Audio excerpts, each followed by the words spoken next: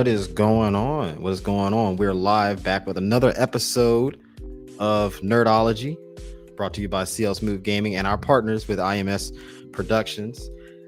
As you know, I'm your boy Chris, and we're back with Jai. What's going on? He's our esteemed founder of IMS Productions. All right, the man, the myth, the legend himself. So, Jai, what's been going on with you this past week, man? What's going on, guys? Pretty good things this week. Took a week off from the JTS After Dark show. Pretty light news, but we're gonna come back with a lot of basketball news coming in with the March Madness going on. Man, shout out to what was that, Alabama 25 threes in a game. Crazy. So excited to talk about that next week on IMS Studios. We have an episode dropping, 2 episodes dropping of the NIT podcast. So hang with the fellas. A whole lot of laughs, a whole lot of shenanigans that's coming back. And then may or may not next week might get a surprise drop of Hey Jai from the couch. So we might have a guest next week. Stay tuned on that one. Okay. All right. I mean, it's a full slate, going on with the IMS studios, like obviously, we got that the draft coming up. I'm excited about that. CLsmoove Gaming will be making an appearance on that, and that's going to be pretty awesome. So, without further ado, we got a full show for you guys today. We got a lot of topics coming up, including obviously the big topic going on right now in the world is Avengers Doomsday. Disney dropping that cast, and Jesus, what a cast! You know what I'm saying? So let's just jump right into it, man. Starting first things first. Can we give them a shout out first before the cast on just the marketing behind the announcement, man? They had people sitting. I kept going back to the video like hours later. I'm like, okay, are they gonna do anything, or are they just showing the chairs, bro? So like after a while, like just finding out the chairs, man. Shout out to them. Yeah, man. Like that's we were actually gonna pull that up in a second, but like, how much money, first and foremost, like how much money do you think they're even like shelling out for a cast like this? And I think personally, they have 2 directions that they're going in, like 2 things that they're aiming for, I should say. When you talk about a cast like this, one, the nostalgia factory. They bringing back all the old stars, all the big time names from the early MCU days, but they're not stopping there. We've started seeing this trend recently with Marvel movies, is that they're also bringing like the pre-MCU stars back, and that in and of itself is just, we're going to talk about it later on in the segment, but is that like fan service? Is there a method to the madness there? Okay, so I think that's 100% fan service. And so for those of you for the non-comic book readers, and I'm not a big comic book reader myself, so I had to go on YouTube and kind of like deep dive about this. So what the MCU is in right now is the multiverse saga, and they're adapting a particular storyline. It's the Secret Wars storyline, which is why, of course, the highlight movie is going to be Secret Wars. And then they have Doomsday. That was Dr. Doom was the main villain of that, but they also did have Kang in there, who was formerly played by Jonathan Majors. But of course, after his legal troubles, he's no longer in that. Right. So anyway, so it's not just necessarily fan service, but along with the fact that they finally have the IP for the X-Men and the Fantastic Four, those characters we wanted to see a proper, I guess, give them a proper send-off, see them in proper movies. Some of that is nostalgia, but if we're just going along with the storyline, those were key pivotal characters in the storyline, because Scarlet Witch, she was an X-Men character, right.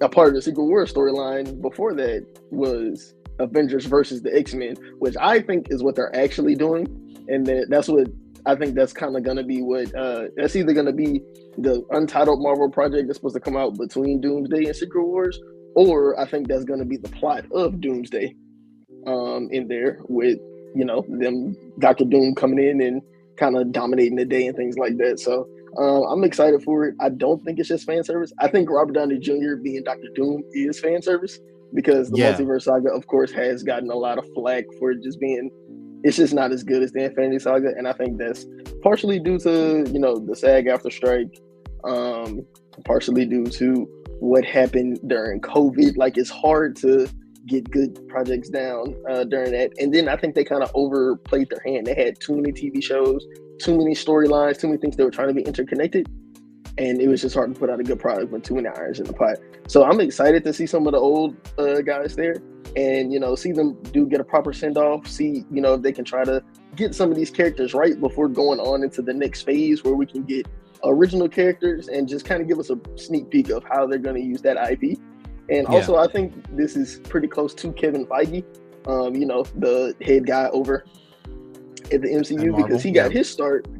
He got his start actually working on the X-Men and I believe it was X-Men and Spider-Man movies, the Sam Raimi Spider-Man movies. So he got his start in production, in directing on those films. He was a huge X-Men fan. I think Hugh Jackman actually said that Kevin Feige was the one that was sneaking him the Wolverine comics, because I think the original director of the X-Men didn't want it to be anything like a comic. So that's why Wolverine was, not comic book accurate, but Wolverine still wanted, like, okay, I need to get and embody the character, and Kevin Feige was the one that was supposed to be bringing him the comic books on the set. So I always thought that was cool. So I didn't know that. That was like one thing I do appreciate. I've always appreciated about the MCU is that the people behind it are actually fans of the product, so they aren't just worried about making a good movie, but they're making a good movie that the fans will appreciate. So really looking forward to it. So, Doomsday, it comes out May 1st of next year. And we can go down the names, man. We can go down the list of, obviously, like I said, the old MCU, the early MCU stars are back. Benedict Cumberbatch's coming back as Doctor Strange. Chris Evans is coming back as Captain America. Chris Evans has not been confirmed. He's not been confirmed, but they think he's going to be part of the later announcement. I don't think he actually comes back for Doomsday. I think he'll come back for Secret Wars, but he has not been confirmed. I think he comes back as a cameo. I think he's back as a cameo. Maybe I don't think he dons the Captain America necessarily. Like, I don't think he comes back as like Captain America exactly, but I do think he makes appearances. I think he'll make but you could be right. He has not been confirmed, I should say. I do want to clear that up. You're right. He has not been confirmed. However, let's just be real. Like, you're not gonna leave him out of this. But I think I think it's gonna be something similar to what we saw in Deadpool. I think we're gonna see a variant of him. I don't think he's just gonna come back as Steve Rogers that we know. He might be the Steve Rogers. We might get Old Man Steve.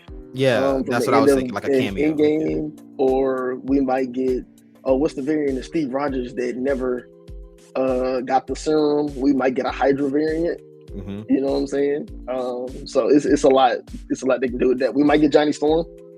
I kind of want Johnny Storm. I was mad at the Deadpool cameo. I'm mad that they wasted that because I really like the early 2000s Fantastic Four movies. So I hope they give Johnny Storm another ring. You're one of the few people that I think that those movies kind of started to age a little bit better as time went on. But early on, I don't necessarily know if there was a lot of people who actually enjoyed those movies. You know what I mean? Well, at the time, I didn't really know about the comics. That was my first introduction to them. So it was just like, oh, it's a superhero movie.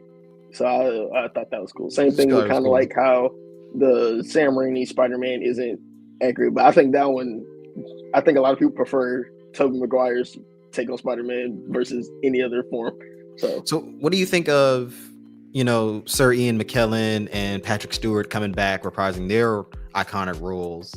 Obviously, they predate MCU era, but they're coming back as their iconic roles of Magneto and Charles Xavier. So I'm more of a DC guy, but my favorite superhero group is the X-Men. Right. By far. Favorite group, favorite storylines. I love the live action movies. I've seen every X-Men movie. I know the characters. I've seen the shows. I've seen X-Men 97, X-Men Evolution, all that. Right. Right. I loved their takes on them. Magneto is my favorite X-Men character. Dude. I'm so excited that they're back, but I may be greedy. I also want Michael Fassbender and James McAvoy to come back as well. Because I think that they did those takes just as well. Just as well. And honestly, just as well. Okay. I think they're just as well. Like, if you ask me to picture Magneto, it's either going to be Michael Fassbender or it's either going to be Sir Ian McKellen. Right. That's how iconic that they were in the roles, man. And so that was my most hype. And I am looking over at the screen. That was my most hype reveal of all the cast members confirmed, because I knew we were going to get Patrick Stewart, because we kind of already got Patrick Stewart back in the Multiverse of Madness. I knew they was going to show him around again. We got another hint of him in Deadpool whenever they had his sister and things like that. So I knew we was going to get Sir Patrick Stewart in some form or fashion. But man, for them to bring Sir Ian McKellen back, because I think he stepped away from acting for a while. So yeah, I don't care how long he's in there. I need him to be in there. I need him. Let him get a monologue off. I need a classic Magneto monologue talking about, kind of making you justify the bad guy in this. And so I need it, bro. So I'm hyped. It's like I said, Marvel, they're not new to this. They've done this before. We've seen them actually do this recently. I mean, there's examples of them bringing back iconic stars from the early days. I mean, you saw in Deadpool, they brought back Wesley Snipes, coming back as Blade. They brought back Jennifer Gardner coming back as Elektra. Right. In the most recent Spider-Man movie, now you got Tobey and Andrew Garfield coming back as Spider-Man. So like, and I think they're supposed to be back. I know they weren't announced for Doomsday, but I know they were officially announced for Spider-Man 4 as well. Right. So. Yeah. And like that's my thing is that we've seen Marvel go in this direction. They it's like you said, the multiverse type direction that made me raise questions of, like, obviously the new Fantastic Four is going to be in Doomsday. Will they have previous variants of the Thunderbolts in there? Right. Confirmed. I mean, Marvel has a history of doing this now, and for me, I've looked at it as, has it been a winning formula? I think so. For the most part, I think it's been pretty good. Seeing these old stars come back and reprise their iconic roles. I thought speaking of how I felt when I saw Deadpool and Wolverine, dude, seeing Wesley Snipes did something to me. You know what I mean? Like seeing Jennifer Gardner coming back as Elektra did something to me. Just seeing those, because I remember those movies in the early 2000s, and I remember watching Blade and Blade 2 and and the old Daredevil with Ben Affleck. Ben Affleck. I ain't gonna lie, I like Ben Affleck as Daredevil more than I like Ben Affleck as Batman. So I like him more as Daredevil as well. Although Charlie Cox is the best Daredevil. Charlie Cox is amazing. What he's doing in the Daredevil series is amazing. What do you say? Go ahead. That and this is just kind of like knowing the story that they're trying to adapt. I know there was a rumor that every movie from Doomsday to Secret Wars is going to be set on Battleworld. So in the Secret Wars comic, that like arc of the comic, which they are adapting for these last few movies, they kind of had all the variants of all the heroes, because Marvel's getting ready for kind of like a universal reset, and they kind of took all the universes together and have them basically hash it out on Battleworld, right? With the main villain being God Emperor Doom. So Spider-Man 4 is going to take place on Battleworld. I think Doomsday is going to end with them going to Battleworld. And, there's supposed to be like 2 Marvel projects in between, movies in between. I don't know about what other shows might come in. I think Vision Quest is supposed to start. So I think all that's going to occur on Battleworld. So I think with them having pretty much the IP of every Marvel character, except for Spider-Man, Sony, give them all the rights to Spider-Man. Please. Yes, give them all the rights. We need a proper Venom. We need a proper Craven. Sony, you tried it, it didn't work. Spider-Man has too much iconic villains and characters associated with it to be, I guess, gatekept. So that definitely needs to happen. Yeah, you're absolutely right on that. I think Doomsday is gonna start. I don't think this is gonna be like the only movie where it's gonna be extreme nostalgia or kind of like nostalgia baby. I think that this is going to be the next few movies of this saga before they have the reset. And I think in the reset, they say it's going to be like a soft reset. So that just kind of means that not every character is going to get a new variant. Right. But I think some of like the key iconic characters. So I think that, we already have a new Fantastic Four. That's going to be the Fantastic Four moving forward. I think we're going to get a brand new X-Men. Will they be introducing this time? I don't know. But I think we're going to get a brand new X-Men during that time. I wish we got a brand new Dr. Doom. I don't know how many movies that that Robert Downey Jr. signed on for. It's at least 2, but it's rumored that he might be a secret appearance in Fantastic Four as well. So I guess so. That raises the question: is like what direction is the MCU franchise is going in? Obviously we know Fantastic Four comes out this year. Captain America: Brave New World's already out. And so we're starting to see the building blocks are in place for the next big major Avengers blockbuster coming out next year, right? So let's just talk about that. Like, what are your expectations for Marvel kind of going forward now, knowing this new information, knowing the cast, knowing what we know about Doomsday? I think this is going to be the last run of the big team-up movies. Honestly, I think it's over with that. I think that now we're about to start getting the movies with all the characters in the vacuum, right? And so the Avengers was very different because even as Marvel characters, a lot of those guys were B-tier characters. They weren't the Marvel heavy hitters, right? Because the MCU didn't own them. So I think that, you could do Thor by himself because not too many people knew Thor at first, right? I don't think you have the space. I think what the Multiverse Saga has shown is that the audience nor the executive producers of these shows have the bandwidth to be able to, all right, we're going to have all these different X-Men storylines that you have to watch, that you have to keep up with. We're going to create good content, good shows for, and then we're going to put them in a movie where they're going to team up with Spider-Man, and he has this many storylines and this Disney Plus show and all this and stuff. And I think we started to see some of it with the animated shows and just kind of like the feedback that they've gotten. The Friendly Neighborhood Spider-Man is a completely different take, right? That show's got good reviews. X-Men 97, that's got good reviews. What If, a lot of people like the What If series, right?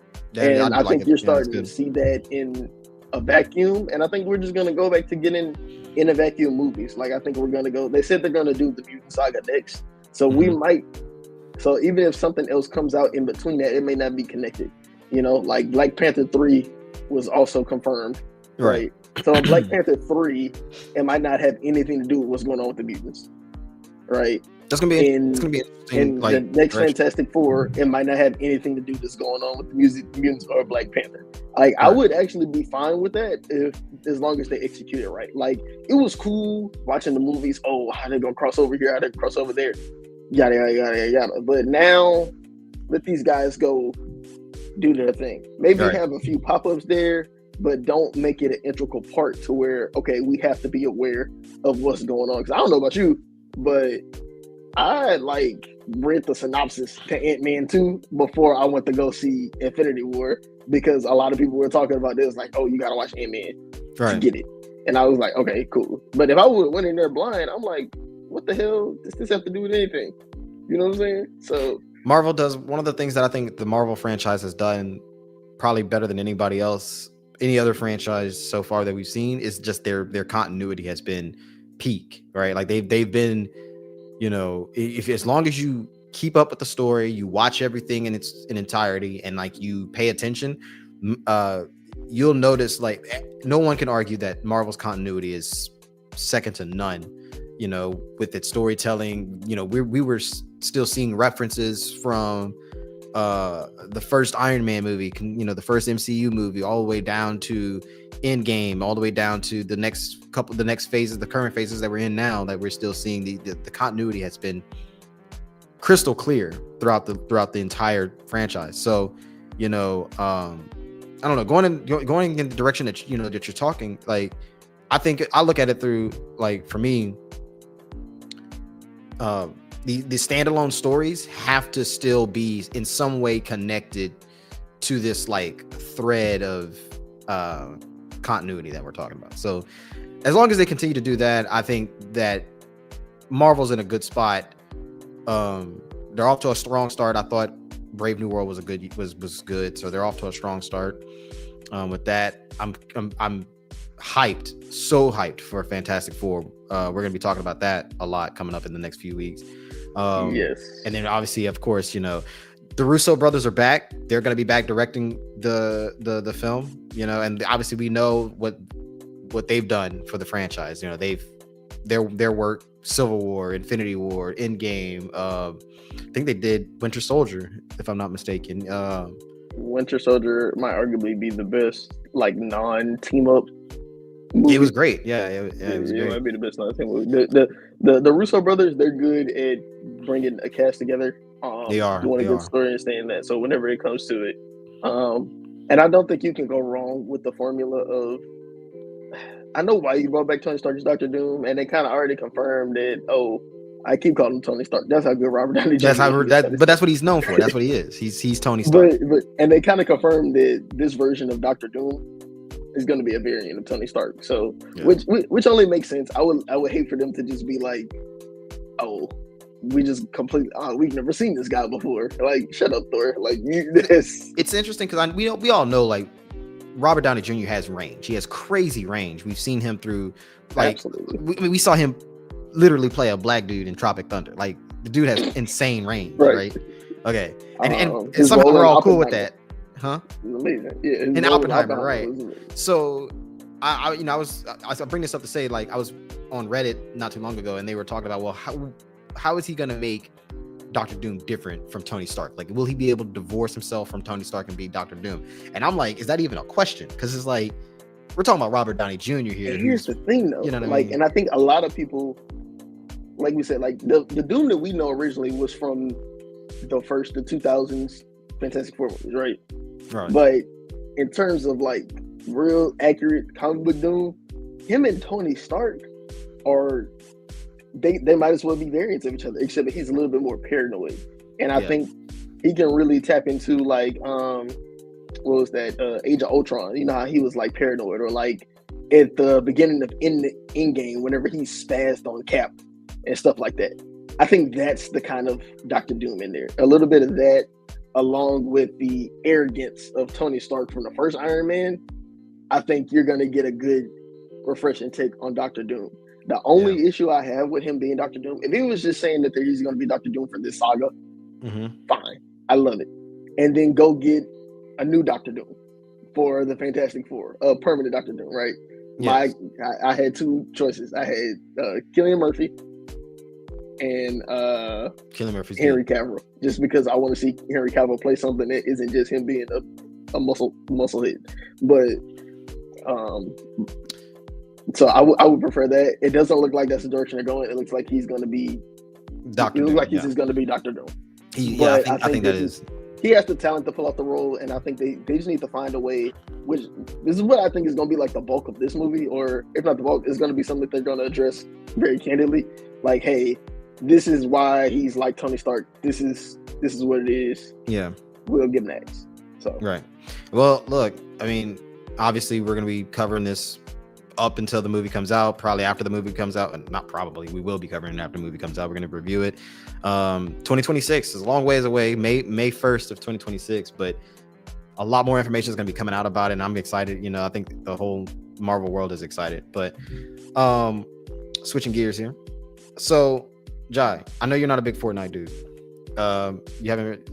You told me you didn't really care for Fortnite in the past, right? I didn't. Have you played it before, too much of a shooter? Yeah. I played it before. Remember me, you, and Quan played it, and then we were about to win, and I made a mistake. I threw the dancing grenade on Quan, and the dude came and killed us both. Oh, dude, I so remember that. That's memories. That's a long time ago. That was a long time ago. So, long story short, Fortnite's fun again. There's just no way around that. Fortnite is super fun again. I remember last November I kind of stopped playing for a little minute because I forgot what chapter, and we were in chapter 5, but I can't remember exactly what season we were in. Fortnite operates in chapters and seasons, if y'all don't know. But I stopped playing. They had, just a couple things I didn't really like about the game, little updates that I didn't really care for, and the weapons I didn't really care for as well. So I took a break. I came back around late January to play again, and I was blown away about all the updates that they had provided to the game and how much fun it got. So currently we're in chapter 6, season 2, but that's set to end May 2nd. And there's rumored that chapter 6, season 3 will be a Star Wars themed season. So that's not confirmed. Epic hasn't really confirmed that, but it's been leaked by all the big time Fortnite creators. They're saying that it's going to be a Star Wars season. I can be more hyped for that, obviously knowing who I am, but also it got me thinking, there's no better time now to get into Fortnite. So if you ain't in it, get into it now, because it's fun. They're constantly adding more updates to the game, and I think it's just right now it's if not my favorite game, definitely up there amongst my favorite games. So Look, I even got. Hold on, let me show you. I even got a little bit of my gameplay, man. Look, I did a compilation. This is me. I did a compilation of my top 10 best moments. Me and my friends were playing. Dude, listen. This is the time to get on. So a lot of people said that the season was really sweaty. It was like one of those sweatier seasons of Fortnite. We had a lot of people, like a lot of streamers, a lot of pro Fortnite players kind of hopping on. But you know, John, this segment right here, what I'm trying to do is trying to convince you on Fortnite. If you haven't noticed, I think I'm trying to put you on game, man. It's not just Fortnite. It's shooters, man. I just be 50-50 with shooters. One thing I will always appreciate about Fortnite, and I do like keeping up with some of the news, is that they always have their finger on the culture. Like any season of what's hot coming out. I remember whenever Jujutsu Kaisen was hot, we got Jujutsu Kaisen in Fortnite. Yep. We got Dragon Ball Z in Fortnite. We got Fantastic Four in Fortnite. So like I think that they are very good at having their feet on the culture. I will say though, it looks like Marvel Rivals is on their tail. It's on the rise. I play Marvel Rivals, man. I know all about it too well. It's really fun. It's very fast paced. It's a lot. I think if you're playing, it depends on what type of mode you're playing in Fortnite to compare it to. Marvel Rivals it's just really, really fast paced, whereas Fortnite can be a little slower at times if you're playing zero builds. The builds mode in Fortnite is really, really intense. It's really fast paced, and that's where a lot of your most comp players are playing right now is builds. And I'm gonna be the first to tell you guys, I can't play builds. I'm not that good at building. You know, I'm good at shooting, I'm good at eliminating people, but I'm not good at building. So I don't even waste my time with builds. I'm too old for builds. All right, but I'm too old for that. But next season being a Star Wars season, so we've had Star Wars themed seasons in Fortnite in the past, which featured like weapons like the lightsaber. And let me tell you, if they bring back the lightsaber, I know it's gonna have to get nerfed, because the last time the lightsaber was in Fortnite, it was so grossly overpowered that you basically, if you acquired one in the map somewhere, you were pretty much gonna win the game. You know, you were pretty much gonna win. So like, it was so overpowered. I can't tell you how many times I've won just grabbing a lightsaber and just slashing away. You can block enemy fire with it. You can get close. It took like 3 or 4 hits and guys were eliminated. So they need to nerf that. If they don't, then we're in for a really, really sweaty season here. But obviously Fortnite, the new season is going to come with new map changes. It's going to come with new, this is obvious stuff. They do this every time they switch a season up. New bosses, new NPCs. So, I'm just saying, tap in. Like, this is going, like, especially we talked about, I remember last season in Nerdology, we talked about how like playing NBA 2K, the rec is like one of the ultimate friend games. Like, it's the ultimate thing to do with your friends. I think Fortnite is definitely creeping up on that. Like, Fortnite is definitely one of those games. I would argue that past it, like this battle royale style of game is what's getting popular around. And I think it's just getting popular as streaming's becoming popular. You know, originally streaming came from gaming, but then it got into anything. But I think it's kind of, these battle royale games have kind of broached even non-gamers into streaming about it. Yeah. Right. So like, I watch other streamers that talk about, they'll talk about hip hop, they'll talk about just chatting, they'll talk about, whatever, they'll talk about Pokemon or some shit like that. But they'll be playing these games, and Fortnite is definitely one of the games. And Fortnite being free, but Fortnite's definition of, if you focus on the fun of the product, the money will come. Yeah. Easy. Whenever it comes to gaming. That is because there's no reason for any microtransaction in Fortnite. It doesn't lead to a skill advantage. Nope. It doesn't lead to, any kind of unfair technical shit. It's just all cosmetic. It's fun. It's just fun. It's all cosmetic. Oh, you want to dress like bro dressed up like Sub-Zero. That doesn't make him any better than Shorty in the skirt, whoever it is. You know what I'm saying? Yeah. So my thing with that is like, because of that very reason is why I don't necessarily mind spending money here and there on a skin, or getting a little bit of money, because it's like, I don't want to spend money on Madden. I don't want to spend money on these games that have all these microtransactions that do give you a competitive advantage. Right. I'd rather just spend, if everybody is just chill, like you You get your skins, you get your little, back bling and all that kind of stuff. You just make yourself look all good and stuff. That's fine. I'm cool with it. I don't mind spending my money because I know that Fortnite comes at it in good faith. They're not giving you any kind of advantage. They're not giving you any kind of leg up on the competition. And everybody starts off the same. So why not just look cool doing it? So definitely, like I said, definitely the best time to get on the game, man. Fortnite season 3, chapter 6, season 3 will begin on May 2nd. It's gonna be a short season. It's only gonna be about a month or so. They're typically a little longer than that. They're actually, I think this past season was from like December to chapter 6, season 1 was like from December to don't quote me, February, I want to say. Okay. February 21st. So I don't know that off the top of my head, but somewhere like that, December to February. So they're usually a lot longer. This season's going to be about a month. So this one's going to be a lot shorter. So we're anticipating probably they're just going to throw in like a lot of exotic weapons, a lot of mythics. Subscribe to CLsmoove Gaming. If we get 3 new subscribers by the end of April, I'll start playing Fortnite and we'll stream.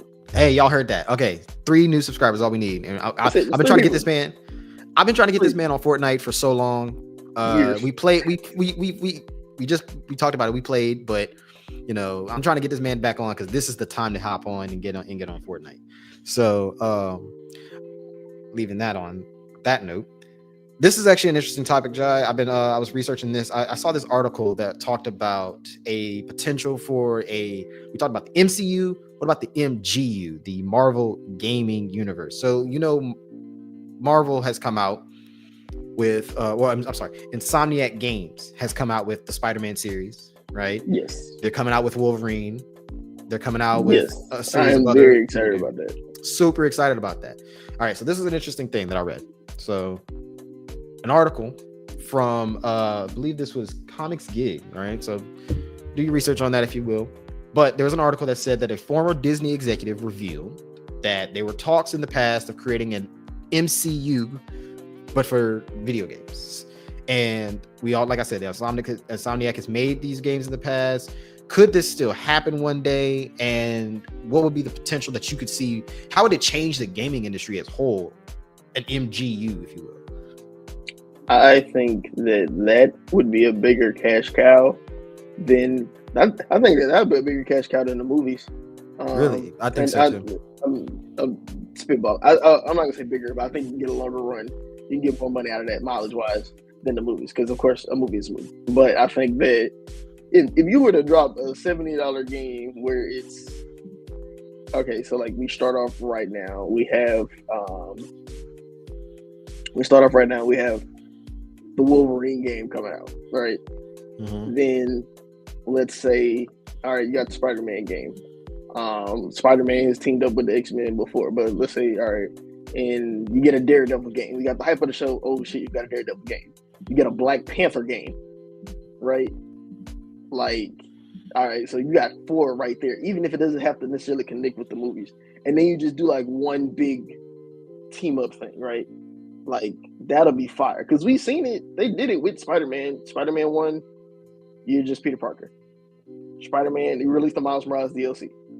Then Spider-Man 2, you got Miles Morales, Peter Parker, Venom. You're fighting all the Sinister Six, basically.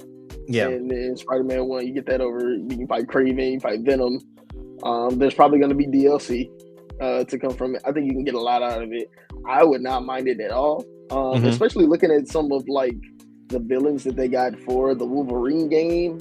One thing that's cool about Wolverine, just the character, is that, him being so old, he crosses over with a lot of the other MCU timelines. So you can get he'll cross over with a Black Panther, he'll cross over with a Captain America, things like that, just because of the super soldier thing. And then of course you get like the X-Men. Like, it doesn't necessarily have to be as open world as Spider-Man. You can do it, you can make it small, compact, and linear, and I think people will still play it. Just because we want to see these characters develop, right? And we mentioned a little bit earlier talking about the success of Marvel Rivals. Even though, yeah, that's a battle royale style of game, but like every time they drop a new character, people are excited. I remember whenever they showed the skins for Blade, people were mad excited. You see all that all over Twitter.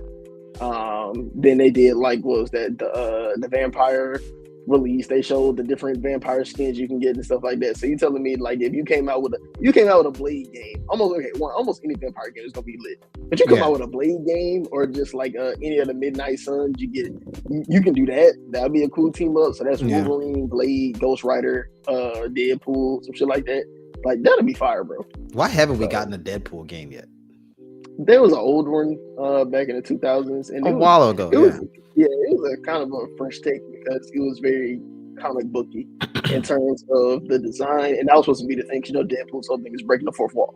Yes. So that was supposed to be like a big thing in there. It looked all right. It was just it was very Arkham-ish. It was around that time. So it was like you just kind of like run around, you're unstoppable to all the grunts and stuff like that. You got weapons, you're hacking everybody up, you can regen and stuff like that. So it was cool. I think that'll be fun to bring back.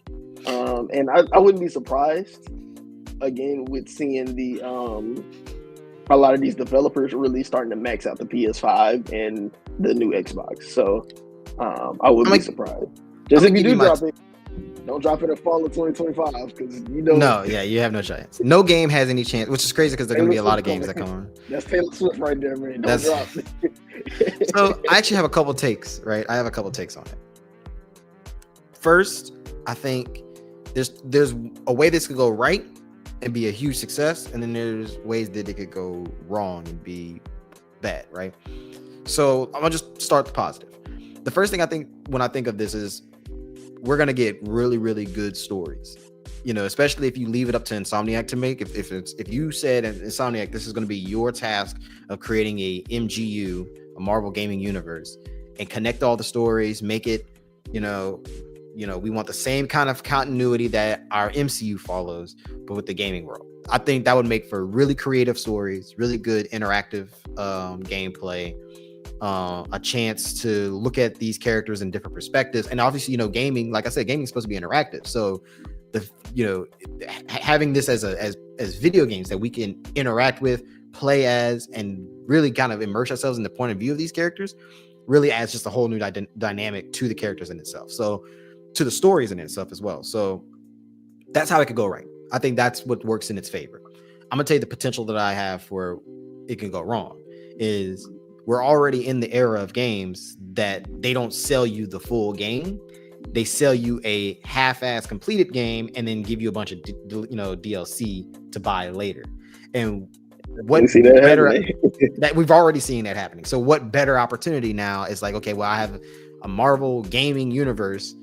Let's just release part of the game, and then you gotta buy DLC to finish the story, or buy DLC to move on to this next character's perspective and stuff like that. And even if it's all supposed to be one game.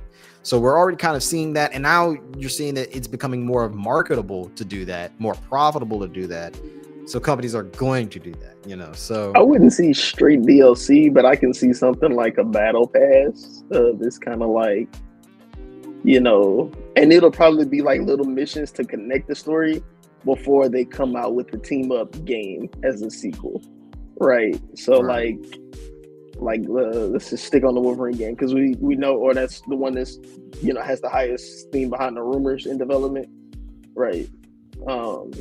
One of Wolverine's villains is Omega Red. He was a Russian mutant, right, from World War II, something like that. Or Vietnam, whatever. He was supposed to be like a Russian mutant from World War II, right? That's one of his villains. Right. You could then, like, few months or like years down the line, they're advertising the Captain America game. Well, Omega Red would have probably crossed over between Wolverine and Captain America because they was both in the army. They both old as hell. They all was part of the Super Soldier project in the comics. But you miss out on the Omega Red mission where you go into it. So then whenever you start the story, you're lost.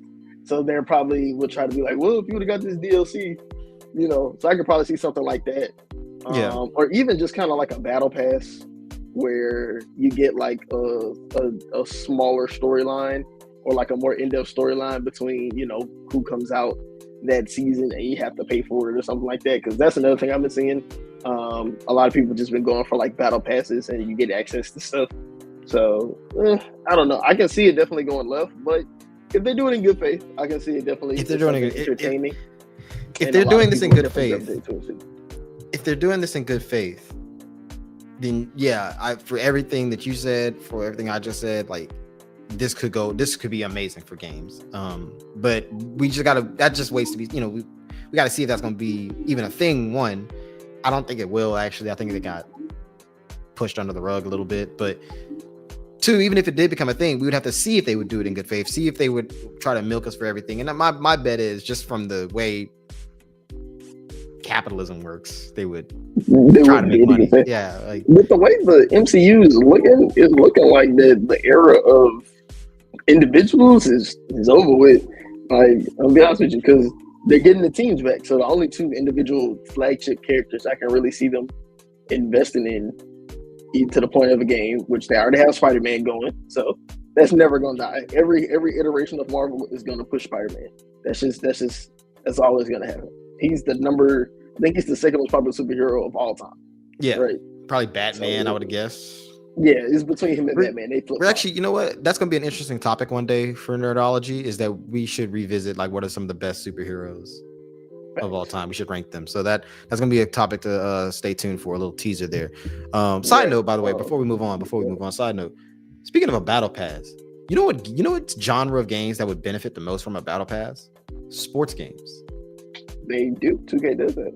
2K, but like, think about like Madden, right? Madden had a battle pass that you had to just periodically pay for, rather than paying for a $70 game every single year for essentially what's the same product.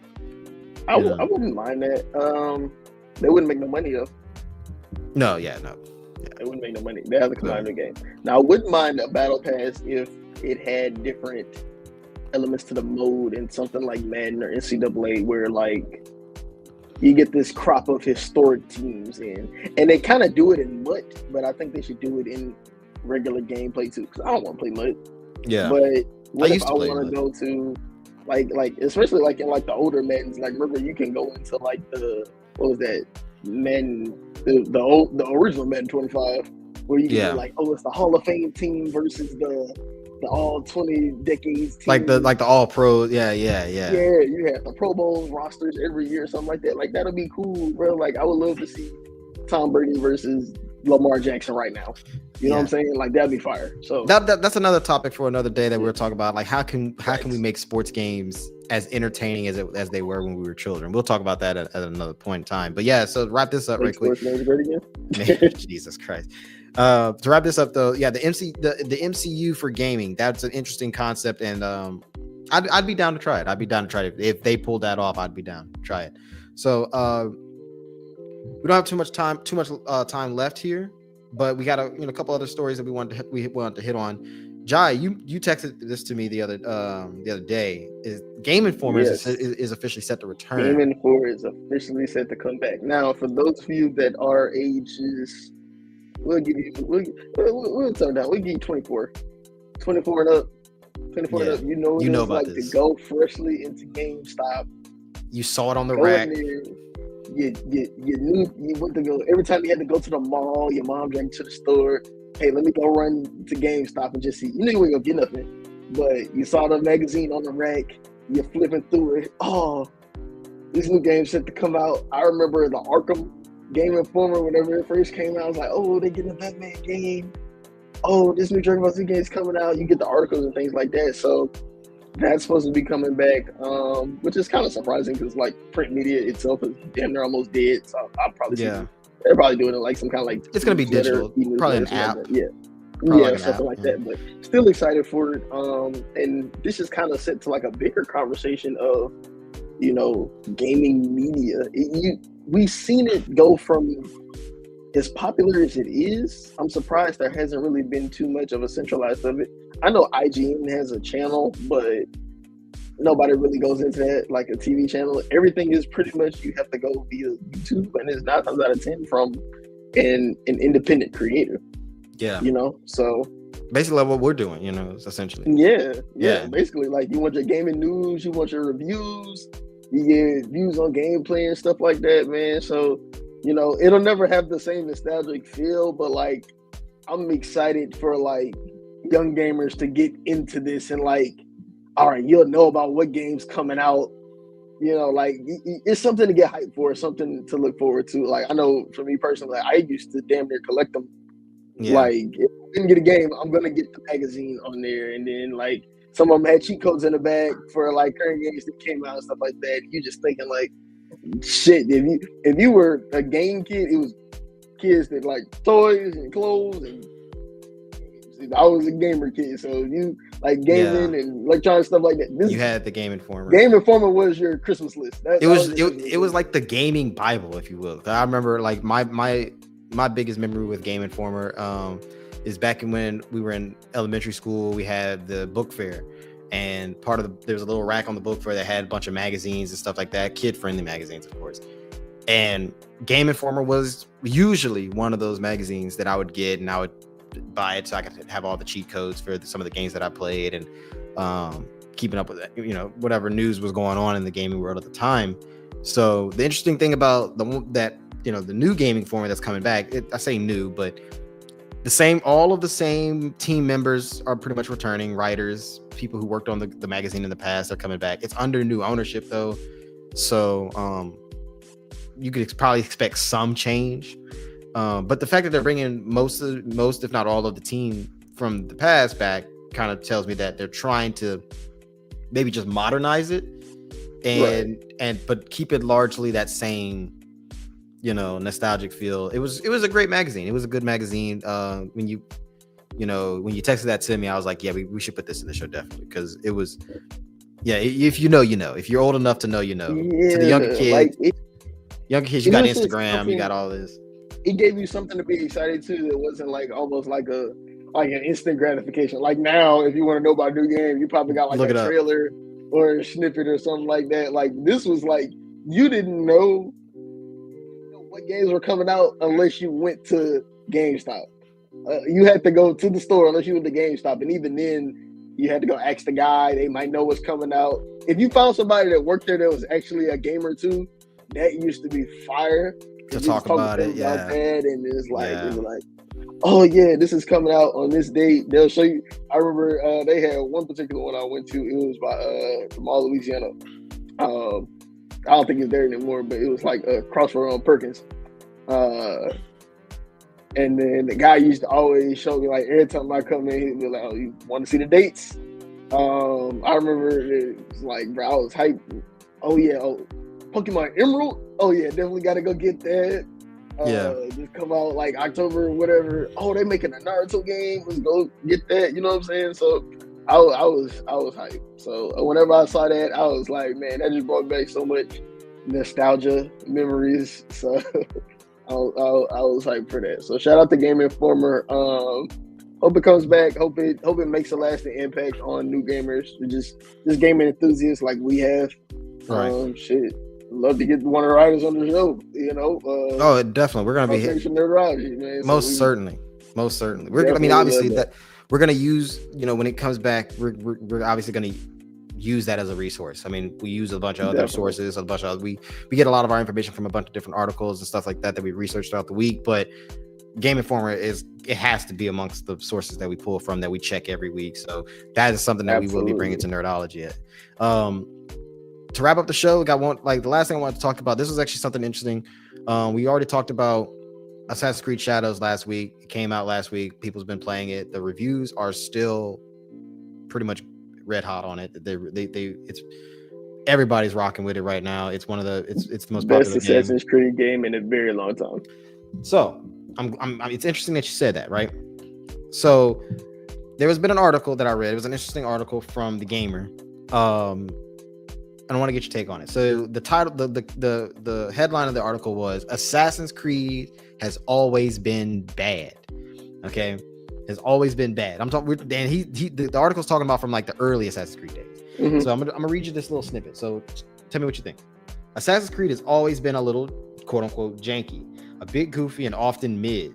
But that's part of the charm. From Desmond's weird story to the annual complaints about every new entry, the truth is the series didn't fall off.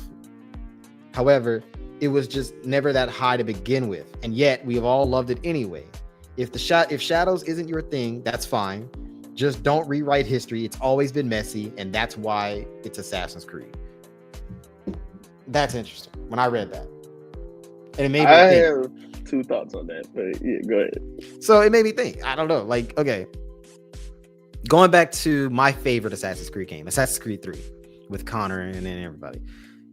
Desmond's story was weird, so they got that right. I thought Desmond's story was pretty weird. I thought it was cool. It was cool. No, it's cool, but it was weird. It was kind of weird. It was weird. All right.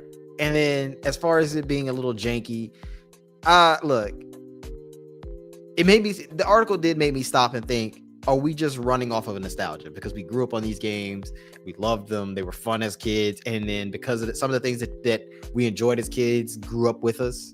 And you know, there's so many Assassin's Creed games, so like there's so many that you could pick from to play. Maybe it's just a nostalgia thing as far as, being janky. I would say the word janky is a better word to use than straight up bad. I don't think bad has been the best word to use. I don't know why that's the headline, but that's my thought on it. Is that maybe the article is hitting on something like, yeah, it's a little campy. The dialogue has been sometimes a little cheesy. There's been some bugs at times in the game. Sometimes the storylines can be a little weird, and you're just like, I don't know about that, but it's fun. It's a fun game. Yes, but it was always refreshing. I should say that it was always refreshing. It was such a big, interesting spin on history, on like things that were in history. Desmond's story, I think. Okay, well, we're just gonna attribute that to whenever it started, to 2000s gaming, like early 2000s gaming, bro. We're just gonna attribute it to that because you got a dude who is in a bar and he gets picked up by this group of people. It's like, hey, your DNA matches this, and so we need you to go back in time and help us use clues to find X, Y, and Z. So like on the surface, you get it, but it's also kind of like, it's kind of weird. You know what I'm saying? I think the article is like I said, it hints on the fact that, I do think it's a little janky is a better word I would use, or cheesy. I say cheesy. Sometimes it can be cheesy. It started off cheesy, but I will say the storylines were always developed. Now I'll say janky in terms of the gaming aspect. Like, it's always been buggy, right? You have that many NPCs going on. You try to do that much free motion, free movement. Open world. It's always been buggy. And then you started adding the RPG elements to it. Like now, which I saw something that said that this is going to be the last one where it's going to be like that, where it's going to be like, the RPG element of like the super customizable stuff. One of the only things I don't like about this Assassin's Creed is the fact you got to get those damn resources to build up your house. Like, fuck, like I don't want to build up the hideout. Just let me go kill people. But, but they said they're gonna get rid of that aspect of it and go back into like the Black Flag-ish Assassin's Creed 3-ish way, where it's more of a compact storyline thing. So I'm cool with that. But I mean, that's kind of been the charm. So he's not 100% wrong. I think just kind of how he phrased it. They got the old assassin skin. All right, I got to get that.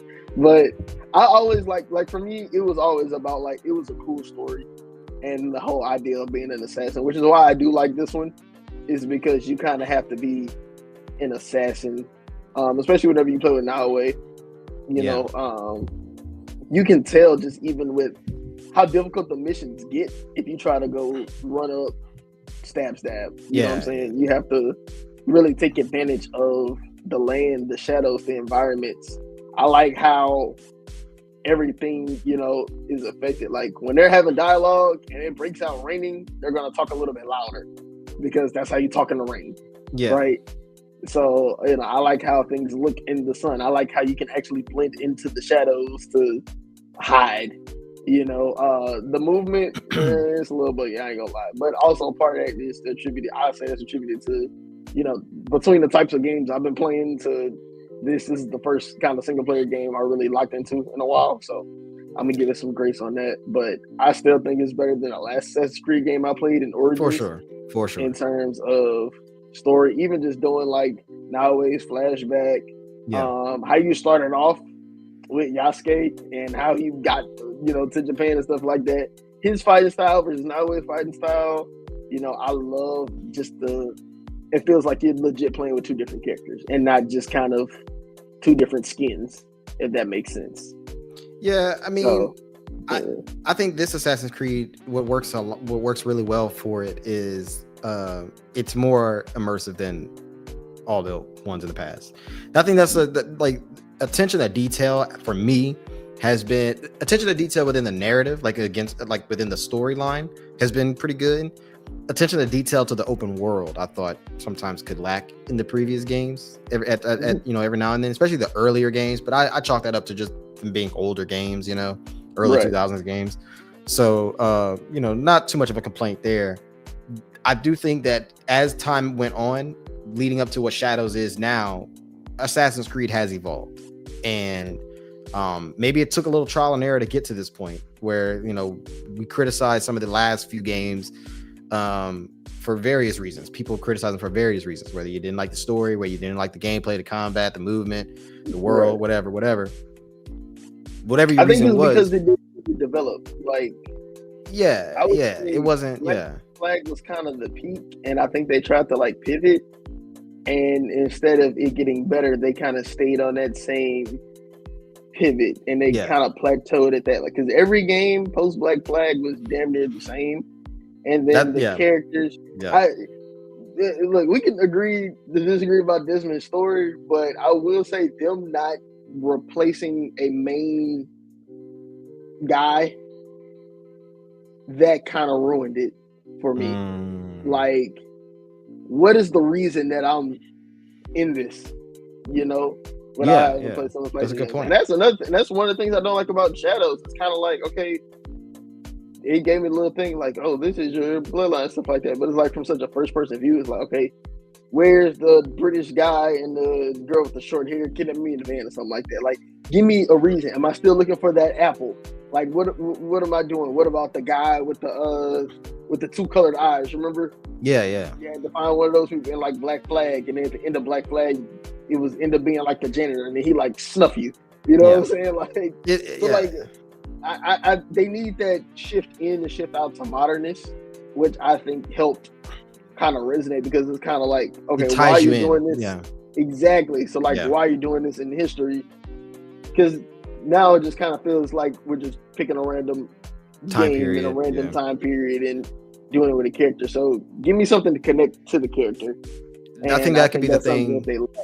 I think that's the thing that Shadows could build on. Maybe not with Shadows, because this game hopefully is complete. They already announced the next one. But the next one, that's what I mean. That's what I meant. The next video game, the next gaming, the next Assassin's Creed in the franchise should, I think, take that into account, because I think that is something that could be missing. Tie it in, help us tie it in a little bit better into that more modernness. You can do a full modern series. If we're being honest, that honestly would be low key. You can fire. have a nice stretch of modern series where you have to go back into being the actual assassin part to make the fighting aspect of it, so it just isn't like a shooter. But you can be into the modern series where you can just be a legit assassin. Yeah. The Templars can be the major corporation. You have to go kill X, Y, and Z people. It'd probably be a little bit harder in modern times, but I don't know, get creative. We saw games kind of touch that realm, and remember Watch Dogs? That was a creative aspect of doing it, right? Or you can make it, if you want to put it in a more modern sense. I mean, I'm just imagining what would a modern Assassin's Creed game look like, and I don't think you have to look too far. The Hitman series. You could look at that as an example as to what would an Assassin's Creed game, a modern day Assassin's Creed game, look like. Well, maybe it could look something like that. Obviously, you still got to put the classic Assassin's Creed elements into it. We need the leap of faith somewhere in there. We need this, that, the third in there. Obviously, the things that make Assassin's Creed has to be in there. And you already have a framework for a world of it. So I don't know. I think that I don't think that they were. This doesn't feel like that they were lazy, and I feel like before, a lot of it felt lazy. So I don't think he's not wrong in some of his criticisms, but I think that we just kind of expected effort. Those other games had effort. what made the early Assassin's Creed games. No other game had the parkour thing like that. That was kind of like Ubisoft's thing. Like the developers had the parkour movie, right? Yeah. And then Ezio became such a flagship character from Assassin's Creed 2. Ezio had 3 aims. He became such a pivotal character in how he did that. His story. I don't think no other character has more than one. Yeah. Well, Altair, but Altair and Ezio were in the Revelations together. Revelations. But yeah, so it's kind of like put effort into it, you know. They were new with Black Flag because they were the first ones to really have that boat battle mechanic. You know what I'm saying? So it's like boat. Oh, God. They kind of just ran out of effort, in my opinion, and I think they're bringing some of that back. I see you. They tried to go with the Brotherhood feel of you got to like recruit all the people and things like that to come help. I really don't like getting no damn resources. I ain't gonna lie to you. I'm on YouTube trying to figure out where can I find more wood so I can advance in this mission. Right. But I mean, yeah. So look, like I said, guys, you know, Assassin's Creed Shadows is going to be a major topic to talk about, at least until the next major game comes out, which I don't know off the top of my head what that is. I think I want to say it's Doom. I think Doom's supposed to be coming out soon. But so yeah, we're gonna be talking about that a lot coming up. But yeah, man, Assassin's Creed Shadows. If you ain't on it, get on it. You're missing out. So I mean, I think we're out of time here. That's our show for this week. I mean, it's another great episode. We you know, touched on a lot of things. So much is going on. I can't even say enough. Like, I'm almost kind of out of words of how good of a year 2025 is, like what we're in store for this entire year. Obviously, all culminating into GTA 6 at the end of the year. That's gonna be the most fantastic thing ever. We are just so blessed because of how, like, 2025 is looking good. 2026 is looking good for games and movies. 2025, obviously, we know all the movies that are coming out. So, I mean, we're just in for a treat, man. We're in for a treat these next couple years with a lot of stuff coming out for us. And Nerdology is going to cover it all. You know what I'm saying? So, before we wrap up, you know, John, where can the people find you? What's coming up in IMS? Like I said, got new JTS After Dark dropping. That draft is coming up around the corner. Gonna have CLsmoove in there putting on his GM hat. So excited to see that. NIT Boys is live and direct. You know, coming to you every week with some nice tomfoolery. Hey Jai is supposed to be coming back. In April, we're gonna be doing 2 episodes a week of that. So we're gonna get 1 live stream and you're gonna get 1 nice recorded episode. Might have a little IRL content in there as well. You can check all those out at IMS Studios on YouTube.com and go on our Instagram at IMS Productions 2023. That's IMS Productions 2023. If you have a show idea, any kind of creative idea that you know need some help, need some production on, DM. We are trying to build. So we're trying to grow. We're trying to build for all the creators. Yeah, man, let's get to it. Let's get to it, man. I'm so excited. Obviously, this partnership's been great for us. We've been doing big things every single week since the partnership, and I'm so excited for it. Like, comment, subscribe to CLsmoove Gaming. Like, comment, subscribe to IMS Productions. Comment on Nerdology. Tell us the topics you want us to cover. If you want us to talk about anything in specific, we will always be glad to take some feedback. So we're just growing, man. So by nerds, for nerds, and about nerds. All things nerds. All things nerds. And we say that in the most positive way possible. Games, everything, man. Fantasy, sci-fi, wherever you want to talk about, please come join us. We're trying to, you know, like space for you. We're trying to grow. Last week, I want us to say before we wrap, last week's episode had the most views of any Nerdology episode that we've shot so far. So that is, you know, it's not a whole lot, I understand, but it's more than what we had previously, and that means growth. And as long as we're growing, I'm always gonna be happy. So keep growing with us, guys. We love the feedback, we love the support. So but until next week, we're gonna plan another great show for y'all next week. Me and Jai will signing out. Absolutely. See you.